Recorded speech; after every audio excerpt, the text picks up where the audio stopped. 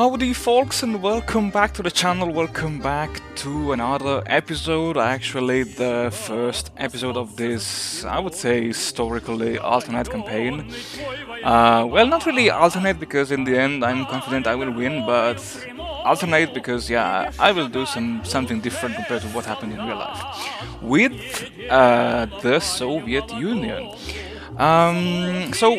Before starting, as you may see right now, to improve the stability and the performance of the overall game, I decided to reduce the amount of nations available on the map. Because while it's true that reducing the amount of troops can affect the performance, what I also found, and I think also what the devs of HOI4 stated, is that the more puppets, the more nations you have, the more consuming it will be for your PC or laptop. And as I already experienced this, I decided in my previous campaign with France, I decided just to, at the very beginning, to reduce basically the number of nations available on the map. And since I gave the whole USA, I gave the whole South America to the USA, and I gave France and the UK some of their puppets, if not most of them, if not actually all of them, yeah. I decided also to give Germany Sweden, and before that I removed all the troops so that the annexing countries would not just benefit from having extra troops. And to, let's say, to balance a bit this hyper annexation of nations, I gave Germany the cores on every Swedish province. So now Germany will not have to deal with any resistance, will enjoy the whole population, the whole industry and the whole resources of Sweden. And it's time to talk about the Soviet Union. First of all, I have been trying several times to play this campaign, and I'm not gonna tell you everything, but let's say in one attempt I invested a lot into Spain just to farm army experience, and I sent basically 100% production of my rifle equipment. And true, the Republicans won the civil war, but at the end I did not have enough troops to face the Axis onslaught.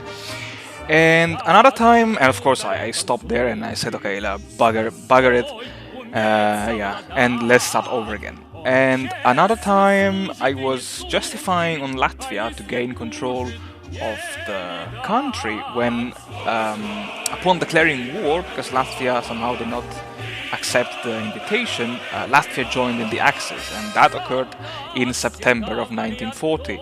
And by September of 1940, the Red Army was far from being ready to meet the Axis onslaught. Another time I forgot to put garrisons on the Japanese border, and when the event triggered, I just got the negative option, let's say, of this event, which again was kind of quite annoying for me, and again I had to start over again. And yeah, you know, I'm confident, however, that this time, having learned from my mistakes, this time will be the good one, yeah, let's say. So the first thing that I did when playing as the Soviet Union was of course to reorganize the vast Red Army. The Red Army is in a complete shamble because you have, I don't know how many templates, I think 10 or even 12 different templates. And first of all, I kicked out all the cavalry divisions. I will not use cavalry in my campaign. I really don't like cavalry divisions in HOI4. And then I replaced all the NKVD divisions with the garrison divisions, because I can spoiler it already, but one of the goals of this campaign would be to put in practice the concept of defense in depth. And the idea would be to use those garrison divisions as screen to slow down the Axis advance, and then just defend the main line behind the Dnieper, and not the Dwina River this time. Maybe you saw it at the very beginning of the video, but I decided to build fortifications along the Dnieper River, of course, within Kiev, and then I decided not to follow the classic strategy, because again, in one of my previous failed attempts, whenever I tried to, let's say, occupy Latvia and then just build fortifications in Latvia. I just did not have enough time to finish the line there. So I decided to just fortify the border against Latvia and Estonia behind that river. I don't know which kind of river is that, but it's the one crossing east of Pskov and the Estonian border. And to prevent again from getting to garrison the Japanese border, I sent all of my garrison divisions along the border with Manchuria and Japan. And the Soviet Union, I mean, it's definitely not an easy country. I mean, I think it's slightly harder than France when playing as a Soviet, because I mean, you have a vast army, you have a lot of resources, but you have a lot of negative modifiers. And probably the most interesting, let's say, aspect of playing as the Soviet Union in Black Ice is really the race against Trotsky, the race against time, that Trotsky is coming back, and you have to follow a certain path of foci to get rid of all these negative modifiers. Concerning, I may just say a few things about the Spanish Civil War.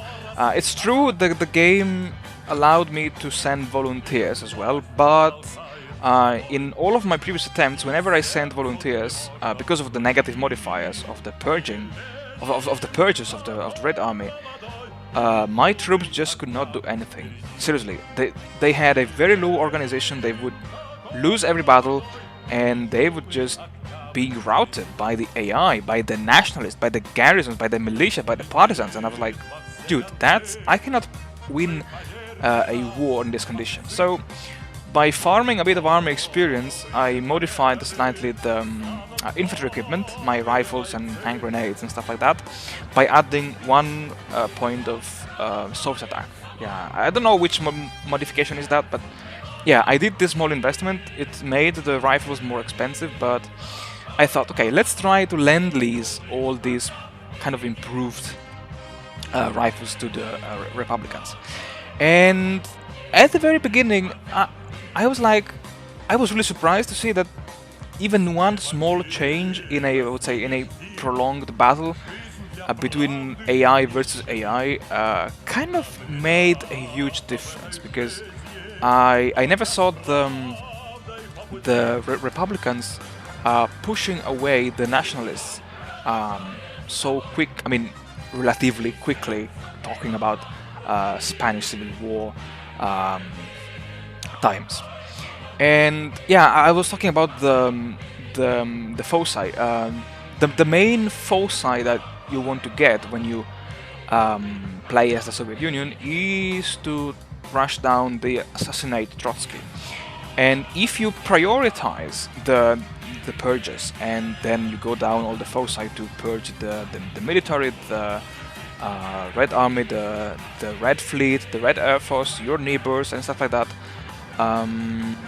you should be able to do the assassinate Trotsky focus after February of 1939. The modifiers of those race against Trotsky are huge. I mean, I got, I think, a minus 1.8% of weekly stability, and I don't want to stress how much crucial stability is when you play as let's say France or the Soviet Union. You want to get as high as possible with your stability before engaging war with the Axis or war in general. In regard to the Spanish Civil War, despite the I would say initial successes, for whatever reason, the Republicans were again being pushed back. It was like, a trench warfare, like back and forth, back and forth, back and forth. And I mean, this was all, let's say, good news for me, because I was just farming free army experience with which I could then edit my templates, basically, yeah. And In regard to the templates, I decided to go with the 25 combat width divisions. All my divisions do have, at least my infantry divisions do have 9 standard infantry battalions. I think you may have seen it. If you can just go back and pause the video if you're interested in the templates. 2 light artillery, 1 medium artillery, 1 anti-tank, and 1 light infantry battalion. In regard to the foci that I decided to rush down, I was undecided between going for the manpower or going for the research speed and bonus to research in general. And in the end, I decided to go with the research because it's true I'm not really keen in altering my mobilization laws because I don't like to get the negative modifiers in terms of political power and training time and division organization and stuff like that.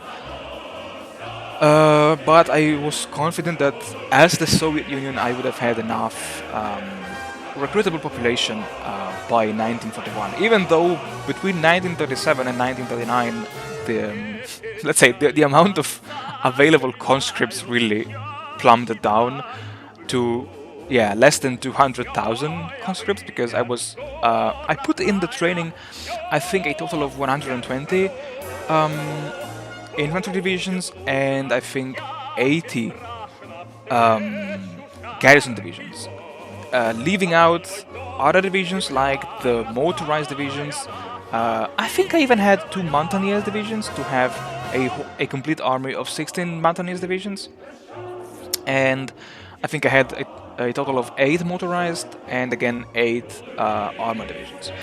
Again, you can see now the back and forth of the Spanish Civil War. For whatever reason, the Republicans, while they were being pushed back in the northern regions of Spain, they, for whatever reason, launched a counterattack.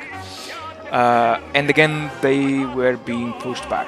I don't know if that was because of my Lend-Lease or because of something else, but that was honestly and personally really fun to watch. And in late 1938, when I realized that maybe all those rifles would have been better in equipping my divisions, I felt that I had enough army experience that I decided to stop the Lend-Lease to the Republicans. And in terms of research, maybe I still have time to talk about this. I invested, well, of course, in industry production. I went down the concentrated focus of the industry branch, and interestingly, I decided to research also those techs that will allow me to increase the amount of factories which are specific for some armaments. And because, I mean, Black Ice has this concept, unlike the Total War, which has these technologies that reduce the consumer, the production cost of your military equipment. In Black Ice, you have to build specialized factories that will progressively reduce the production, the IC cost of your equipment. And interestingly, those factories take 1 week to become operational. And yeah, as a Soviets, I decided to invest a lot into these because I thought that in the long run would have been a nice investment to have maybe, let's say, to increase the offensive capabilities of my infantry equipment, but at the same time trying to keep the production cost relatively low. And yeah, the Spanish Civil War ended right on time because right after its end, the event of the Japanese conflict border was triggered, and yeah, of course, my troops were defeated. That was not really new. And what was I saying? Oh yeah, research. Sorry, I forgot about that. And about research, I mean, industry production, electronic technologies, because radios, I believe in radios, and they are quite important in increasing the organization of your army. signal companies, because the Soviets don't have this. And then I went down the doctrine tree to research the special forces, to increase the cap of total battalions of mountaineers units available on the map. And I also went down in the land doctrine tree the path to increase the regimental units, the training and the experience gained in each from each type of regiment, because I noticed that the Soviet Union has this advisor which gives a 5% or 10% boost in this field of research. So I said, yeah, why not? Let's just use it.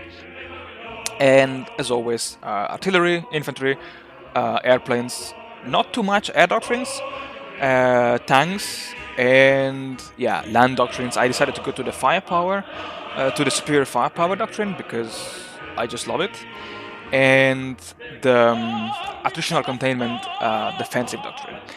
In 1939, I began to reorganize my army, the Red Army. The goal was to have 3 army groups, fronts. The northern fronts against Finland, the southwestern and the northwestern fronts, each with at least 4 armies of 15 divisions each. That would have been brought then to 16 divisions.